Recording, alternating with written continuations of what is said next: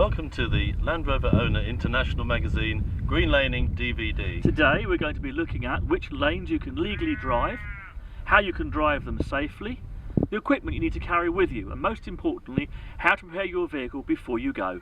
We hope you pick up some tips, so let's go.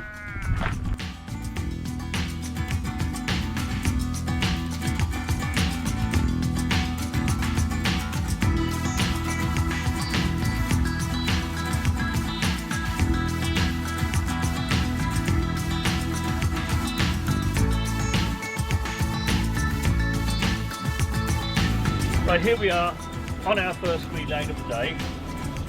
It's a new green lane to me. I've not driven it before, but already it looks promising. It's nice and interesting. We're high up.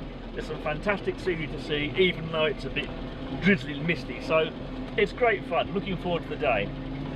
Where we are at the moment, we're in quite moderately deep ruts, well-established ruts, I would think, rather than deep. And the steering is quite happily following the ruts and guiding us along. I'm not fighting the steering, trying to steer left or right. I'm just going with the roll, as it were, but my thumb's clear, because on a serious Land Rover you haven't got a steering damper.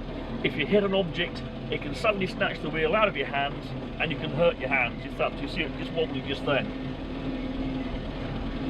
As always on a green lane, and particularly one that I don't know, like this, I'm in low range, I'm in second gear. Two reasons for that. Low range, it slows everything down. It's a nice, gentle, just above walking pace kind of speed. Nothing's going to happen too quickly, nothing's going to surprise me, and if it does surprise me, I can stop very, very quickly. With a serious vehicle, as you know, you don't have a centre diff lock like you do in a Defender, say, but by going into low range, you lock the front axle and the back axle together, they work together, and you get extra traction, extra grip, extra safety and control.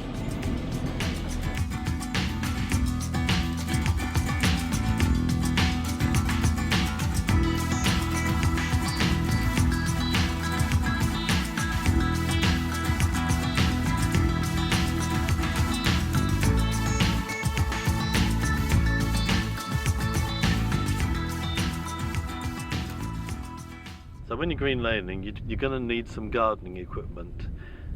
You also need a set of decent gloves. Now, you could just buy some from a hardware store, or you could buy Pucker off-roading gloves, which are better quality. Whatever you're doing, you're not going to damage your hands. But you also need equipment. Three essential pieces, really. One, secateurs to cut back any small branches that are going to damage the paintwork. A folding saw that will cut back small trees. If they're too big, you'll have to winch them out of the way, but if they're smaller ones, you can generally cut them through with something like this. And probably the best piece of equipment of all, a spade or a shovel to dig yourself out if you get in trouble, whether it's in sand, whether it's in ruts. This will help you get out. You can dig out the side of a rut to drive yourself out.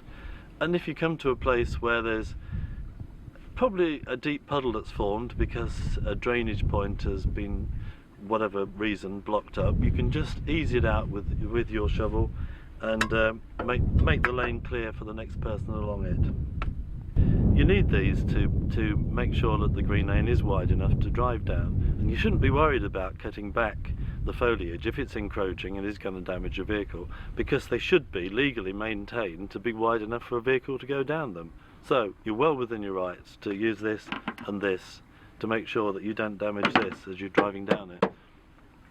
Driving along well-established green lanes like this one, you often find ruts that have been made by the local farmer, typically in a Land Rover Defender. Land Rover Defenders have a wider axle width than a Series 3 or 2. And the problems you come up with are that as you can see, the inner sidewall of the tyres tend to rub against the inside of the ruts. So what you have to watch out for are two things. First of all, the risk of tyre damage, the inner walls of the tyres. I mean, this is just soil here, so there's no real risk of that. But further on, you might find rocks and boulders in amongst the mud, so you've got to keep an eye out. The second thing is the way it affects the steering, because as the wheels fight their way along the ruts and they're rubbing left and right on the inside edges of the tyres, it will really affect how you control the vehicle. So there'll be a tendency to try and ride up either one way or the other out of the ruts. You have to have a light rather than a loose grip on the steering wheel, just in case there's a sudden jolt. You don't want to catch your thumbs in the wheel. But equally, if the ground's wet, the ruts can be a really useful thing, because they will keep you on the track, they will keep you in the line you want to go on. So always follow ruts. Okay, obviously this is a road, so you have to take the normal road things. You have to have a seatbelt on, and you have to be licensed to drive it and insured. Kids can't sit on your lap. If you've got kids in a car, they must be properly seatbelt in, as must all adults. So normal rules of the road apply. Do you think, do police enforce those kind of rules? Are there people out there who... Yes, there are police around who are enforcing rules. I've been out with several forces from England and Wales who will go out looking to see whether people are infringing. Because there are a lot of people out there who don't like green laners. And the police generally crack down the illegal ones, but obviously if you're not wearing a seatbelt and you're on a road, then they can prosecute for it. It's a little bit drizzly out here at the moment, which is a bit of a shame, but it does look like it's going to clear up later, which means it's always better. It's fantastic if you get great views when you're driving along green lanes. So you've got a little bit of GPS gear up the front there, quite small, but is it doing the job? Yep, I've ditched paper maps several years ago in favour of GPS. Now everybody says you shouldn't rely on them, and to be honest I don't, but when they're working they're fantastic. I know exactly where I am. Occasionally my GPS tells me that I'm flying across the Irish Sea at 30,000 feet, but you know, most of the time it's alright.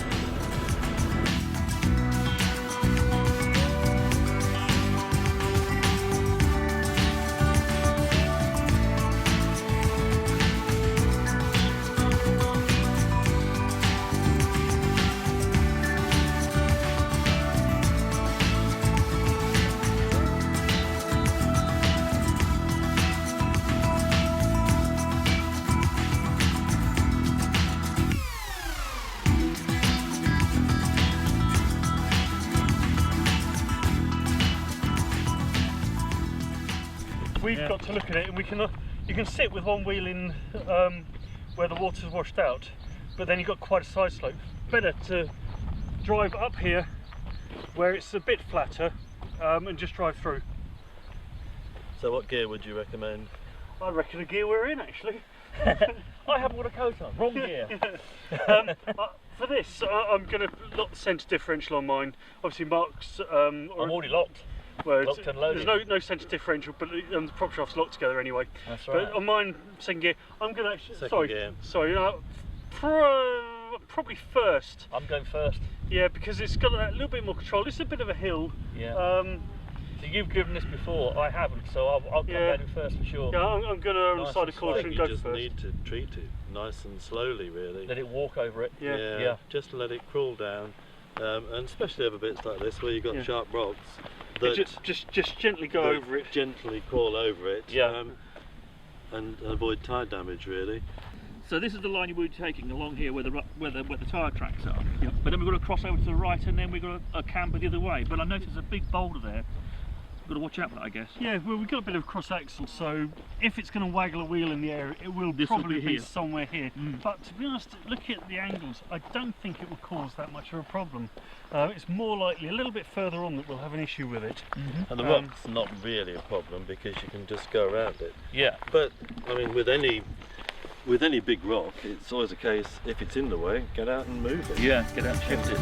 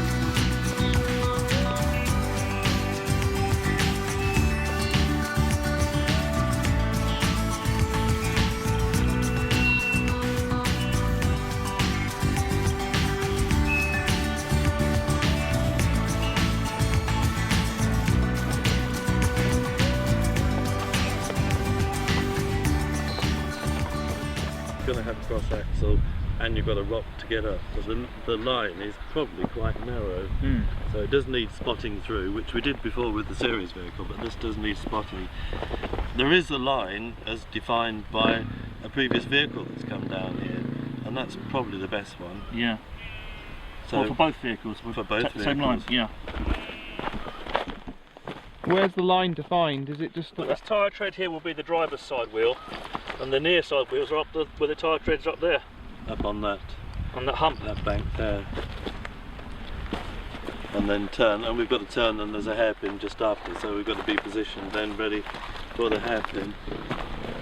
I suppose the temptation is to turn too early and come off the rock, That's is it? right. Or, Yeah. so where's the ideal point to start turning? About here or further on? To be honest, it doesn't matter. You don't have to make it in one.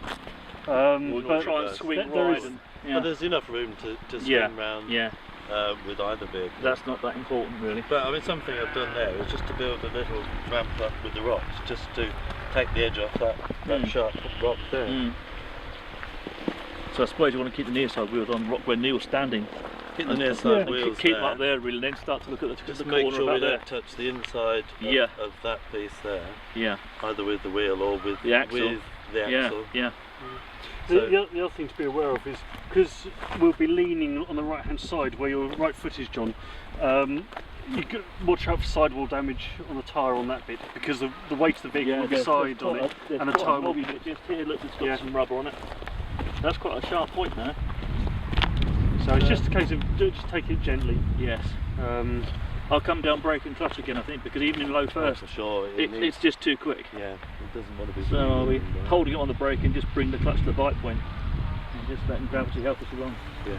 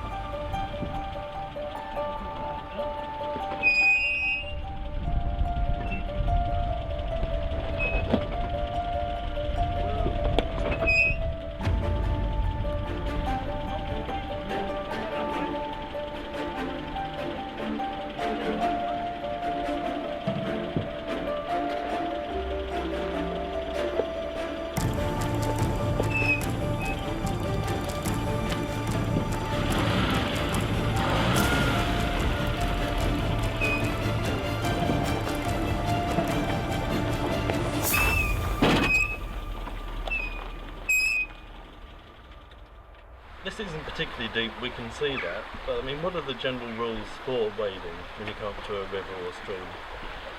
Put on your water wings. No, things like that boulder there, it's pretty much right in line with the diff. So you've got to just be aware of where the larger boulders are. In fact, looking at a straight line where we drive, every single boulder is in line with the they're all in line with the diff pan. So just be aware. So stick to one side or the other. So whenever you read articles about wading, it always says walk through it to check what it's like. Is that realistic? There's an issue here that I can see the amount of algae and stuff on the rocks. It will be slippery. I can see where the rocks are. I know that there's nothing. Well, I can see there's nothing more than about 6 or 7 inches deep. I know the ground clearance under both the series and the Defender's about 10 inches, so we should be okay. And what gear would you recommend for driving this? I'd go for low range. I'd go for second gear, probably. You know, so it'll give you a nice, enough grip, enough power. We're not worried about bow waves or anything 'cause it's so shallow. But equally, I'd leave the diff lock in because it is a bit slippery in there, and we don't want to stop and have spinning wheels, which will churn up the base of the Ford. And I suppose in second gear you're slow enough so that you're not clattering into any of these rocks at speed. If you're in third low range, it's probably a little bit quick in these circumstances. If you do hit one of these rocks, it could cause some damage. That's right, yeah. And ultimately, you don't want to damage yourself. If you do put the put a rock through the diff casing, it's going to pour oil out. It's going to again affect the water course further downstream and annoy people. With water this shallow and flowing this slowly, you can almost treat it as a rocky road, because it's not going to have, well, it's going to have negligible effects on the vehicle. Yeah, it's only the slipperiness Gently. of it. I'll do gently low first. I think I'll be happier in that. It's fine. Because as you said earlier, there's a big long row of rocks perfectly aligned to diff casing. Yeah. And me and diff casings, you know, who knows? We could be friends or not.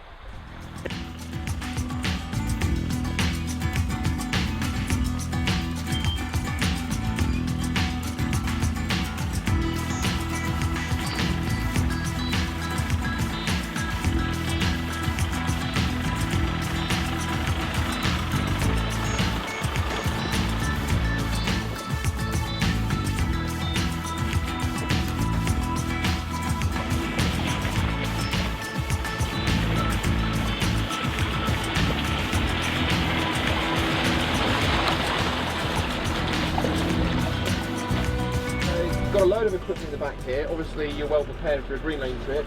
It's all secured down. How important is that? Well, you always want to make sure, anytime, you know, even on tarmac, you should have everything secured in your vehicle. If you were involved in a shunt, you don't want stuff flying forward and hit you in the back of the head. Or if you're on a slight side slope, the weight shifting and moving in the back of the vehicle, you don't want that to happen. It could be a difference between staying upright and not.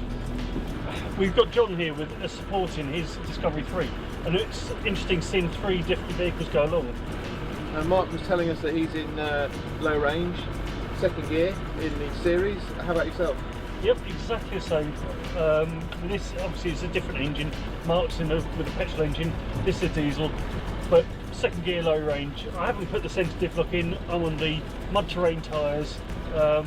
This sort of surface, which is sort of gravelly surface, don't need a diff lock at the moment. Might need it later, but we'll have a look as we go along.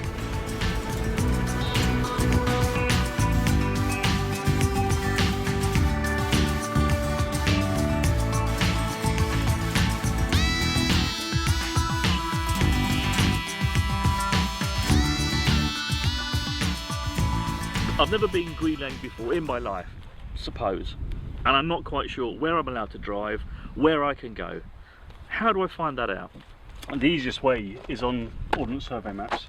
They're available for the whole of England and Wales, where the Green Lanes are, and it's simply a case of looking through it and finding the Green Lanes which are signified as byways open to, or byway open to all traffic. There are also ones which are called other route with public access. Again, those can be Green Lanes as well. There are a few websites, like Trailwise is a good one, which lists Green Lanes, and again it will tell you whether the information has been retrieved from the definitive map or from Ordnance Survey maps, but the best place to start is Ordnance Survey maps.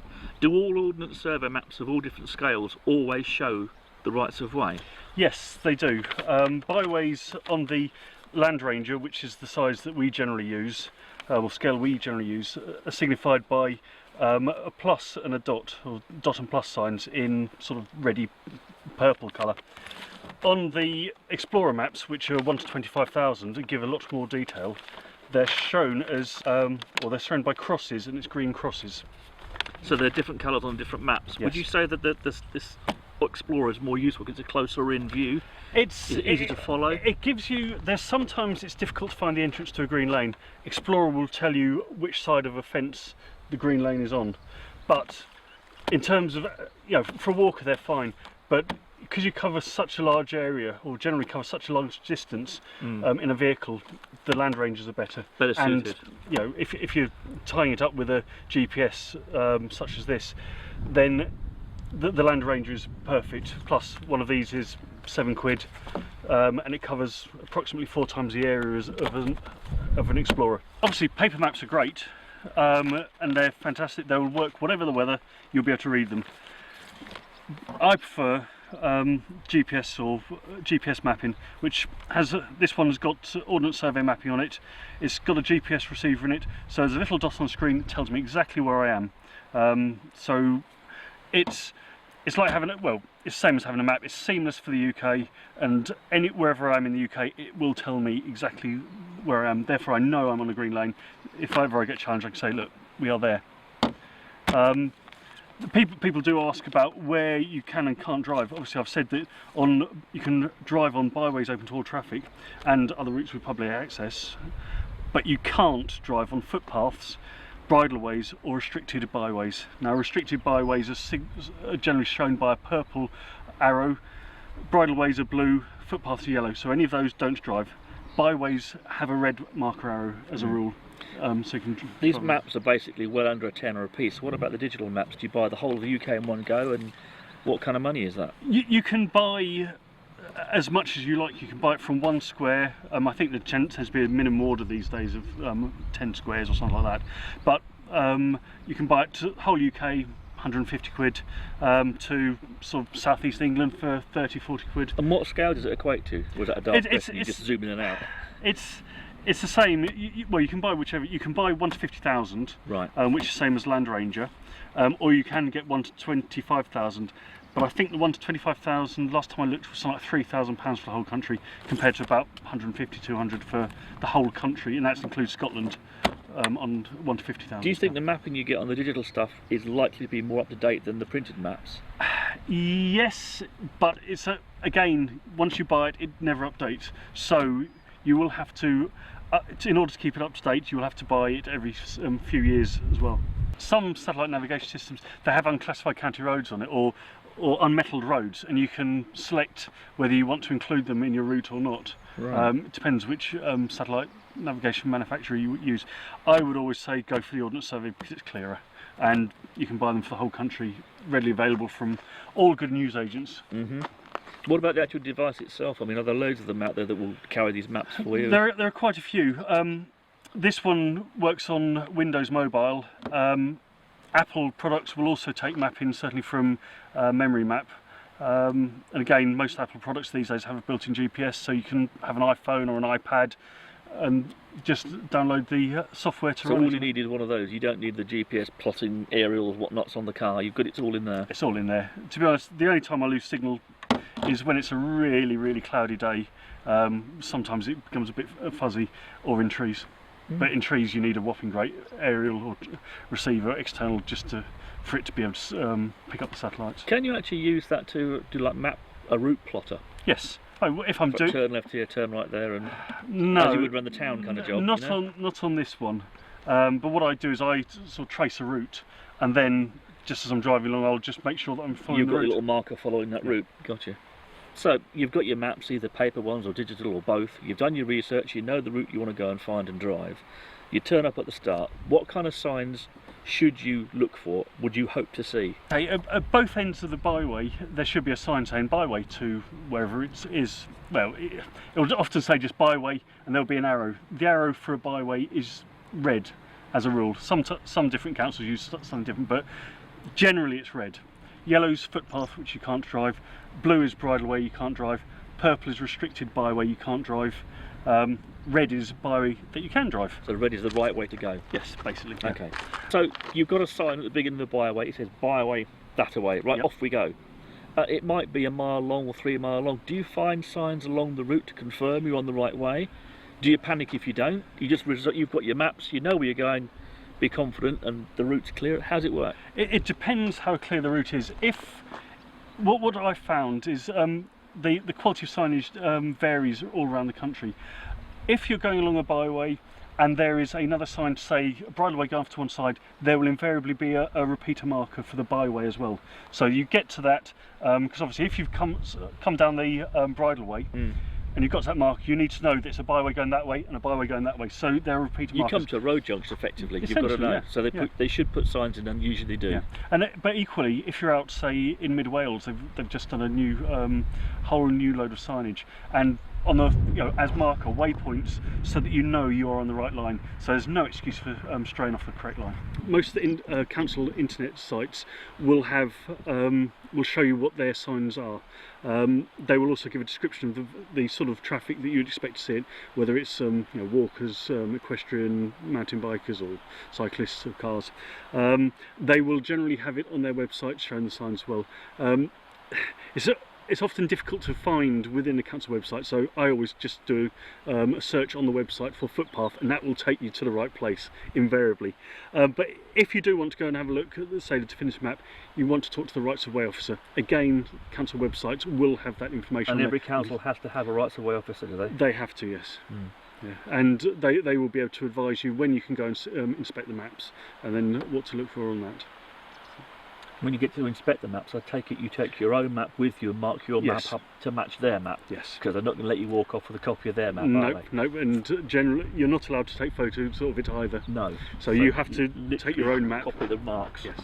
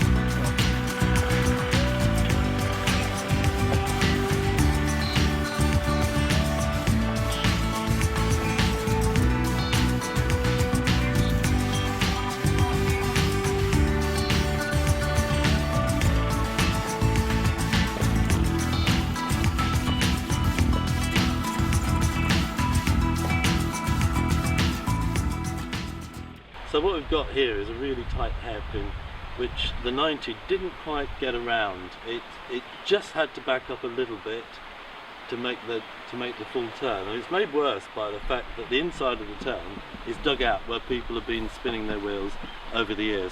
So it's quite a tricky turn to get around. I'm just wondering how we're going to get Mark around now with the series vehicle.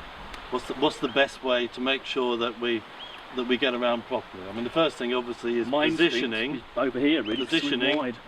as far as you can over here. Fairly straightforward. Make the ground going in. Yeah. I think that the Series 3 will struggle to climb over this. There's a big step there straight away. Yeah. Well, The 90 managed it, but again, it's the tyres helped it with that.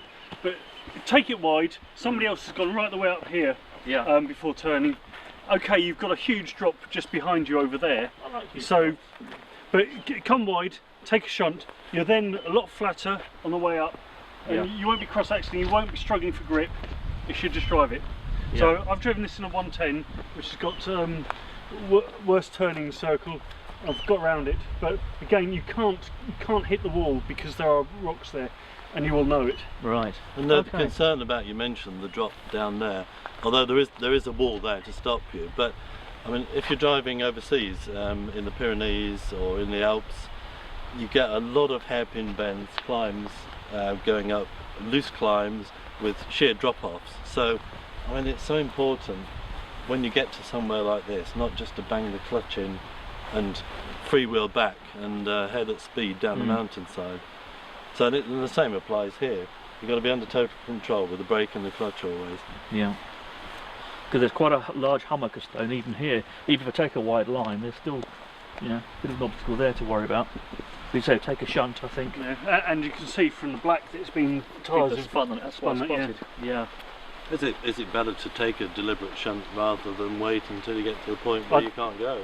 I'd take it, certainly for I thought that I could do it in the 90, but there just wasn't enough room.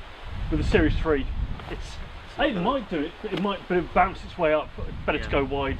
I'm going to take it really wide and see how far around I get, and then take the shunt and try and avoid this bit. That's how I feel about it, looking at it from where it is. Well, that's smoother just there, isn't it? Yeah. That's a smoother line through there. There's quite a bit of space here to go wide, so that's the way I'm going to attack that, I think. Shall we see how it goes? Absolutely.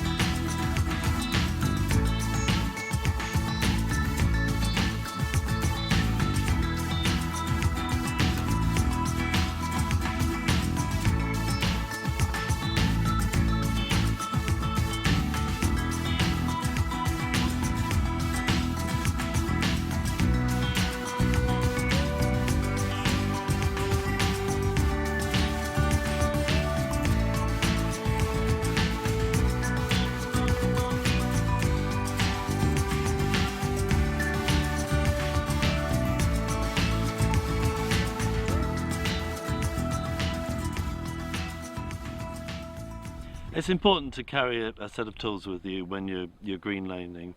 In my vehicle, I use the same one for my Discovery and for my Defender. A range of spanners, combination spanners that in all the popular sizes.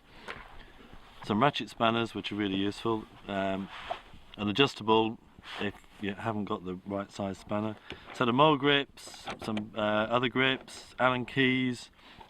One of these for undoing hoses, Phillips and flat blade screwdrivers, and just little odds and ends to carry with me, like cable ties, which are always so useful.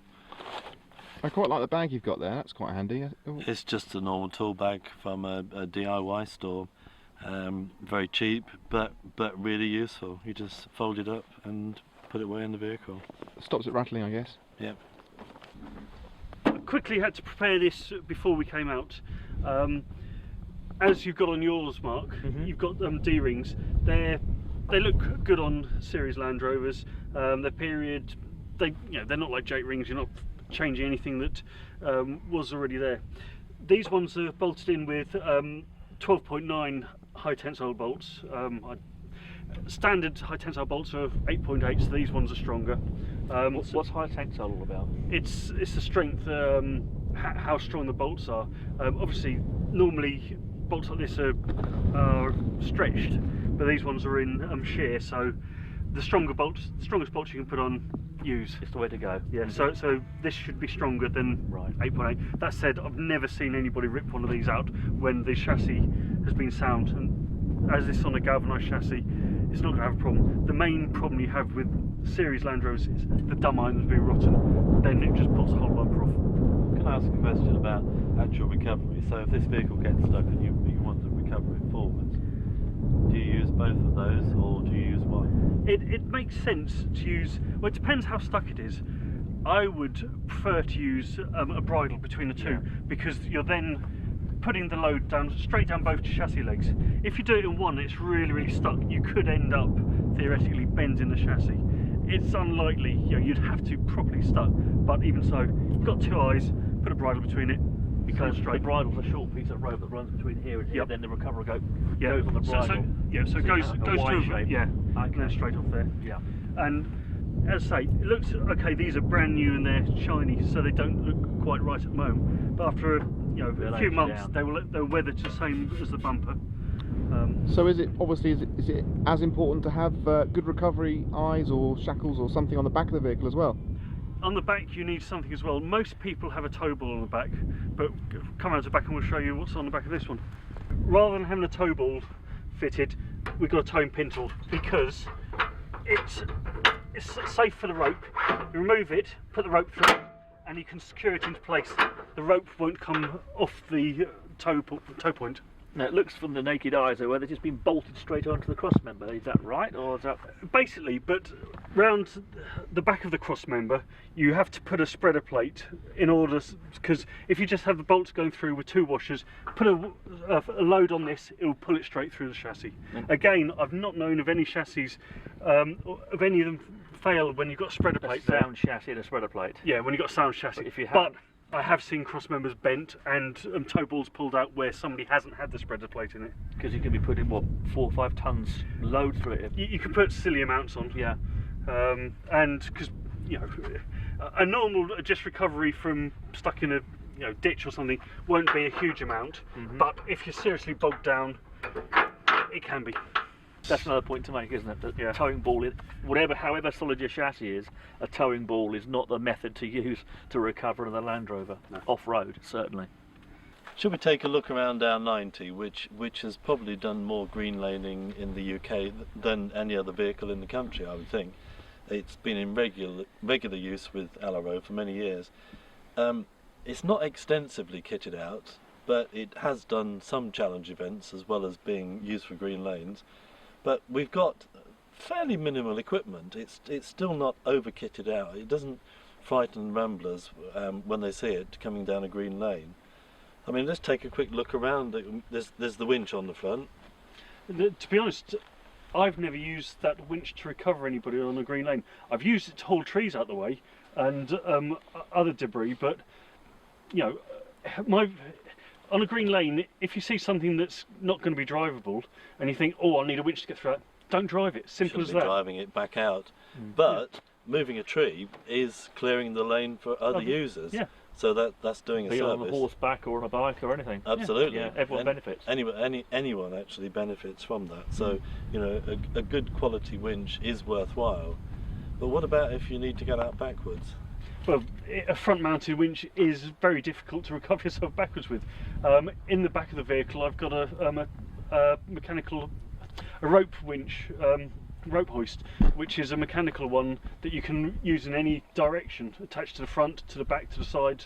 Again, I've used that once on a green lane to get a vehicle out of the way. Some of the tracks we've driven today, we have quite large boulders and rocks and some interesting angles. And underneath protection, we've seen it on the Disco, there's plenty of that. There doesn't seem to be much on this.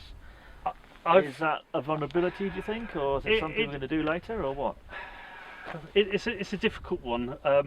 Some vehicles need it, some don't, but it depends how you drive. I tend to drive that I'll look at something and think, is it going to damage my vehicle? Yes or no? If it is, I won't drive it, or I'll try and find a different route.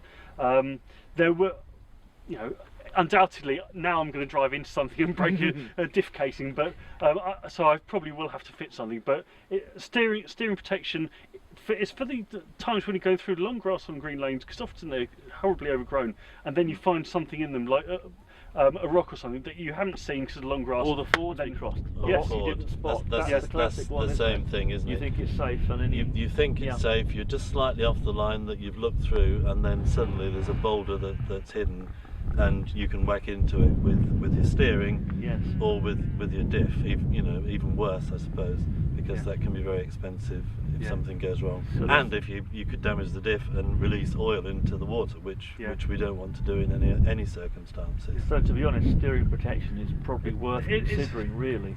It's worth, yes, it certainly is worth thinking about. Particularly if you're new to green laning or off-roading. Yeah. If you're using your vehicle as a sort of dual-purpose green laner off-roader, then it makes perfect sense. So at the pay-and-play site, it makes perfect sense because you never know what you're going to come across at one of those. There are a few fords on green lanes that are deep enough that you have to have a raised air intake. I've done 3 or 4 of them. But again, if you're using dual-purpose green laner and pay-and-play, certainly worth it. I think there's also the time if something goes wrong. As we were talking about having protection underneath. If you're in water and suddenly you hit a rock and damage your diff, and it's the same with this. If suddenly you find a hole in a river, then you go down deeper than you think you were going to. Suddenly that can be underwater, and you're drawing it into the engine. Unexpectedly getting out of your depth, literally. Yeah. Well, that did happen to me on a green lane in Poland. was going along, fell into the hole, water suddenly went straight over the bonnet, and without that it would have just drawn it into the engine straight away. So, and that was a long way from home. And on Couldn't call out the AA on that. On a diesel, water in the engine is a serious problem. It's like dead engine. It's not just stalling, it's wrecked it. Yeah.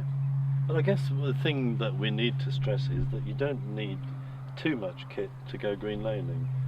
You can go in a fairly standard vehicle.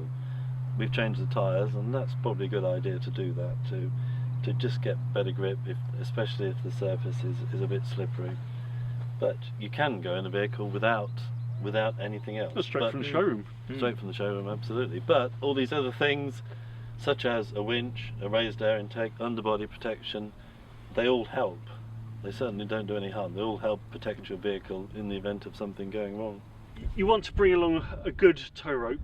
Obviously, if you're going greenlaning by yourself, which you shouldn't really be doing, it's going to be useless. But if you go out with a friend or a couple of friends, good quality rope. You don't want a piece of 10mm blue polypropylene rope. It's just not going to do the job. This one's nice. It's a nylon one. I think it's got a 8-ton load rating on it. Simple big eye.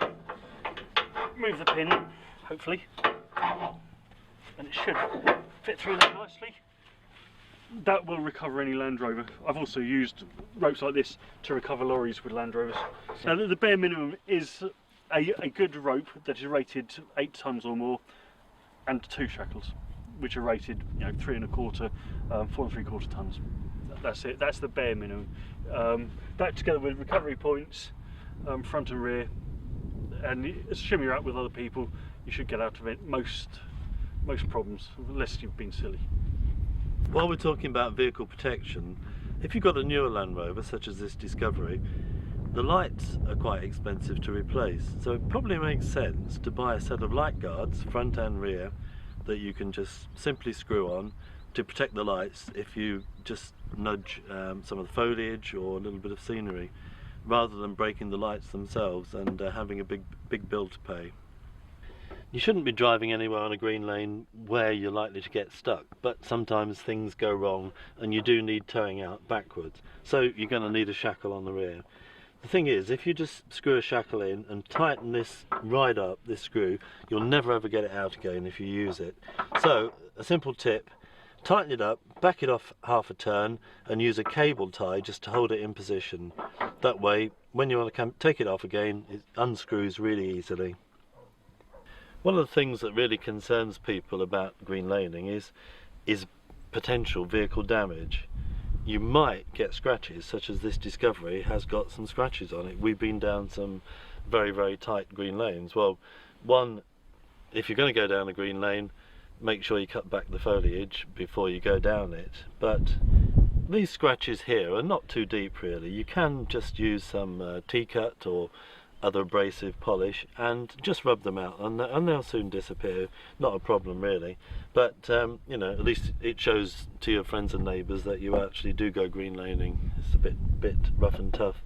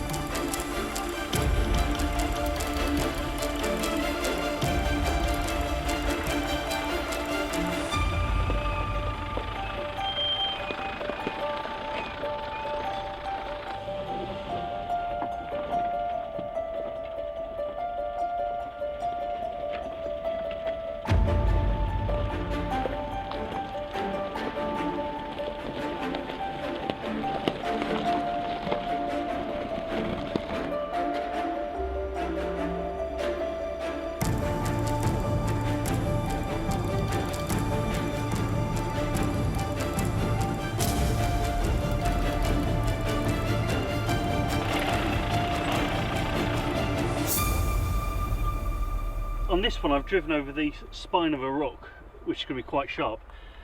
The tyre's deformed under where the rock is. If there are other bits here, for instance, if that was there, it would start to dig into the sidewall of the tyre and could potentially puncture it. So when I run off the end of this, all of the weight is going to be on one point on the end of the rock, which is going to go straight into the tyre. Should be okay. Most tyres like this got a nice strong casing, but you don't want to be turning against that on a hill, or a rock like that will start to cut up the tyre. These bits here are where the tyre has caught on rocks where it's been going along. As we drop off it, if I get it wrong, this sharp edge could gouge into the tyre.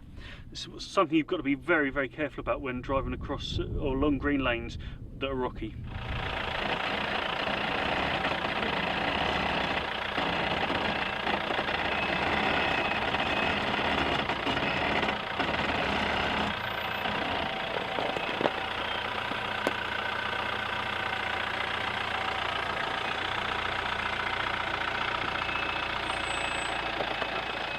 You won't find rocks in all areas of the country.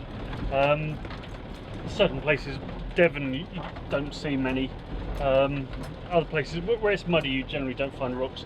But up north here, where you've got a nice rocky base, the roads or the green lanes can be very damaging on tyres. After every green lane run, it's always worth checking your tyres just to make sure there's no cuts and grazing them. So invariably people drive to an area to go greenlaning, and then might have to drive along motorways on the way home. The last thing you want is a blowout on the way home. Better to find out you've got a problem at the end of the day, or before you get onto the fast roads. And what we'll do is we'll reinflate the tyres at the end of the green lane, so we're ready to go back on normal roads. We can run them on low pressure, but it's just going to be more comfortable to go higher pressure on the roads on the way home. If you have reduced the air pressure in the tyres for the green laning, make sure you reinflate them before you get back onto tarmac. And once you have reinflated them, check the sidewall and the tread, both sides, for any damage. So, green laning, this is what it's all about. Superb scenery, wonderful driving, and a great day out. We hope you've enjoyed seeing which green lanes you can drive legally, how to drive them safely, which kit to take with you, and how to prepare your vehicle before you go. We'll see you out there.